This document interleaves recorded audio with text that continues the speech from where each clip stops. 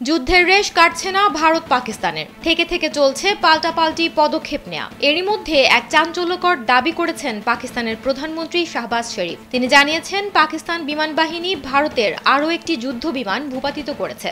শরীফের ভাষ্য অনুযায়ী ভূপাতিত হওয়া নতুন এই যুদ্ধ বিমানটি হল মিরাজ 2000। এটি গেল 6-7 মে রাতের দিকে কাশ্মীরের পাম্পুর এলাকায় ভূপাতিত করা হয়েছে।